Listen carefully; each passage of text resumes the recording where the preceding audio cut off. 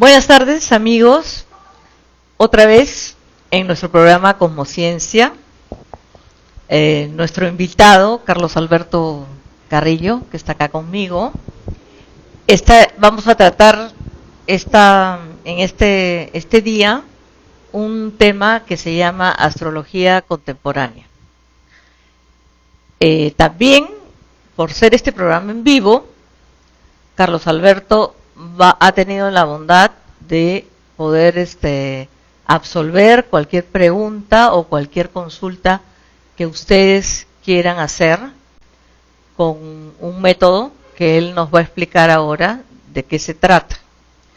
Entonces, damos inicio a nuestro programa y les agradecemos su sintonía. Carlos, ¿cómo estás? Buenas tardes, muy contento de iniciar este ciclo de charlas. Cuando tú me hablas de la astrología, que si la astrología es contemporánea o no, es bien relativo, porque mira, voy a colocarlo en términos actuales. Nuestro cerebro, nosotros somos un robot biológico que se gesta en el planeta Tierra para podernos estar conectados con el universo. Entonces, digámoslo de otra forma, que nuestro cerebro está conectado al Wi-Fi del universo. El Wi-Fi del universo maneja energías y cada uno las representa de acuerdo a su forma de entender. La misma idea, por ejemplo, de cámara se puede decir en idioma inglés, en idioma francés, en cualquier idioma. Las cosas se pueden nombrar en diferentes idiomas, pero su esencia sigue siendo la misma, ¿no? Un teléfono sigue siendo el mismo teléfono, independientemente en qué idioma lo nombre. Por ejemplo, el concepto de Dios. Sigue siendo, o los nombres de Dios. O los nombres de Dios pueden ser muchos, claro, pero es la misma esencia. Claro, y cada uno tiene su nombre, pero es la misma esencia, es el mismo. Sí. Si lo vamos a mirar desde el punto de vista de entender el programa del universo para con nosotros, que estamos aquí en este planeta, hay gente, por ejemplo, que han desarrollado, así como se desarrolló, por ejemplo, la lengua el francés, o ha evolucionado el español, o tenemos el inglés. Existen métodos que se han desarrollado para tratar de entender eso. Entonces vemos que hay la astrología china, vemos que hay la astrología maya, vemos que hay la astrología que nosotros llamamos la occidental. Vemos que hay gente que maneja la astrología siderea, védica, la astrología védica. Y en general todos, a través de ese lenguaje que han desarrollado, tratan de describir los eventos, de cómo estamos acá. De tal manera de que de alguna forma cada uno se especializa en un método. Es como aquel que habla perfectamente en el español y domina el español, o aquel que habla el francés y domina el francés, ¿no es cierto?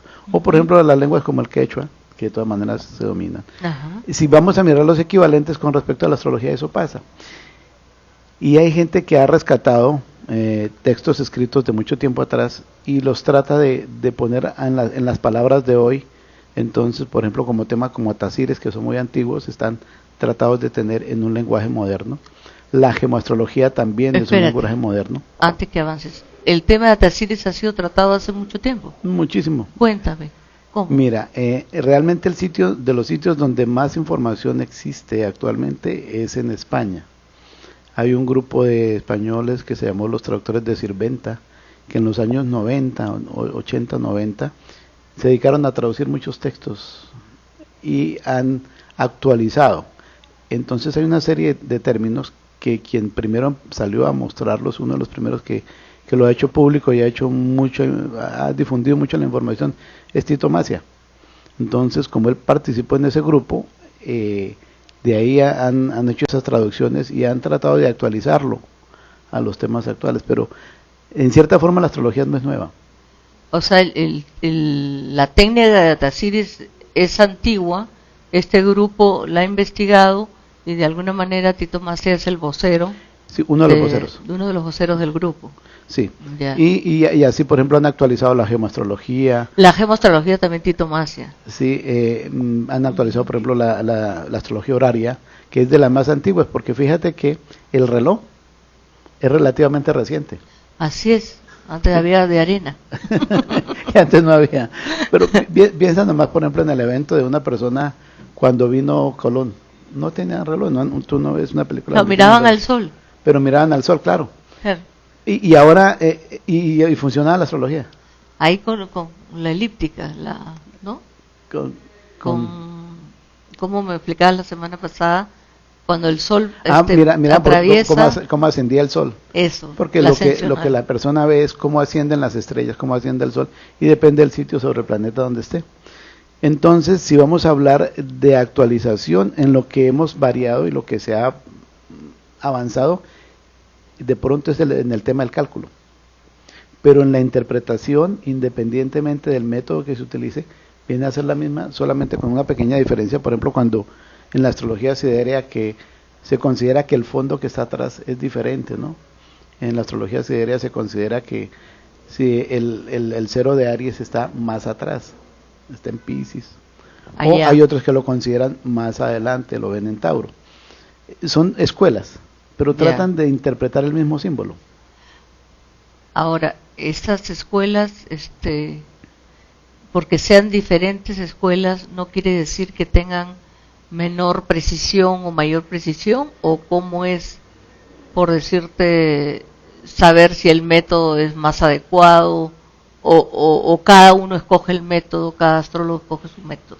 Mira, hay en este momento hay una serie de situaciones que se han presentado, porque nosotros medimos es ángulos, lo que tú ves en el cielo son ángulos, y en la medida que ha aumentado la precisión, en la medida que tenemos los GPS, en la medida que tenemos MAP y todas estas herramientas tecnológicas, claro, nos damos cuenta de que, por ejemplo, si en el cielo estamos viendo un orbe de separación de 5 grados, si proyectamos eso sobre la superficie de la Tierra, por cada grado de arco son 110 kilómetros de área.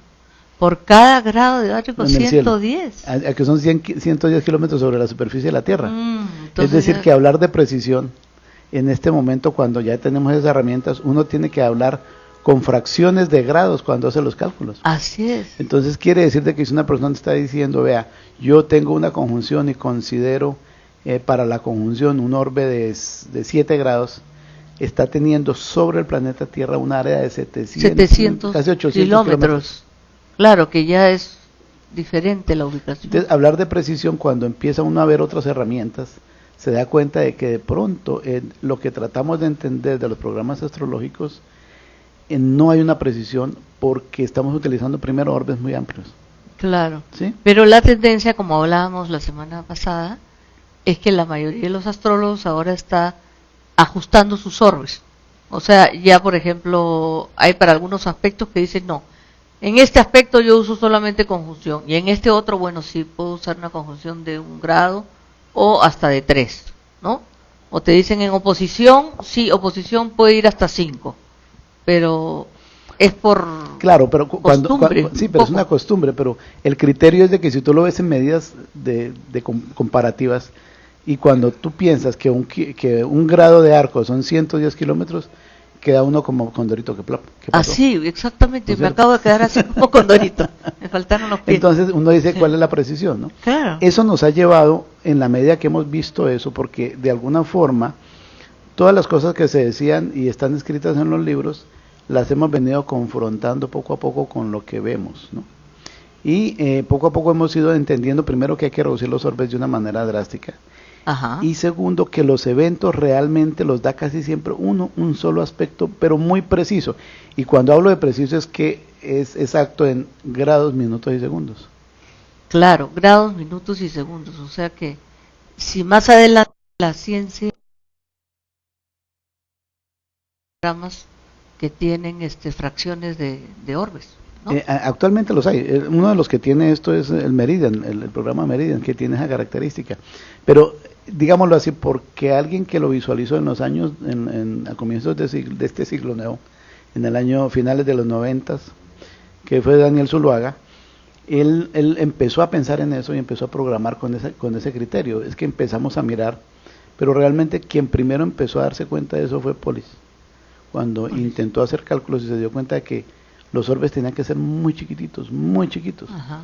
de tal forma de que ya poco a poco puede uno llegar a discernir a través de cálculos qué aspecto fue el que dio un hecho. Y la pista, ¿sabes dónde está? En la astrología horaria. porque la astrología horaria, que era la astrología antigua, digamos la que más se usaba antes de tener relojes, el astrólogo lo que miraba era, imagínate cuando un carro va caminando por una carretera y de pronto le toma a uno una instantánea, entonces lo ubica en un sitio, pero unos 2 minutos antes o unos 3 segundos antes estaba atrás, y si vamos a mirar posterior va a estar más adelante. Ajá. Lo mismo pasa, por ejemplo, con la luna avanza casi más o menos 13 grados en el día, ¿no? Y el ascendente de una carta avanza cada 4 minutos de arco, cada 4 minutos de tiempo avanza 1 grado. Entonces uno miraba, o en la astrología horaria uno mira el antes y el después. Bueno, ¿Sí? el tiempo no perdona, entonces hemos terminado la primera parte de nuestra entrevista y los dejamos en comerciales. Nos vemos. Holística TV, un canal espiritual, humanista e integral del Perú para todo el mundo.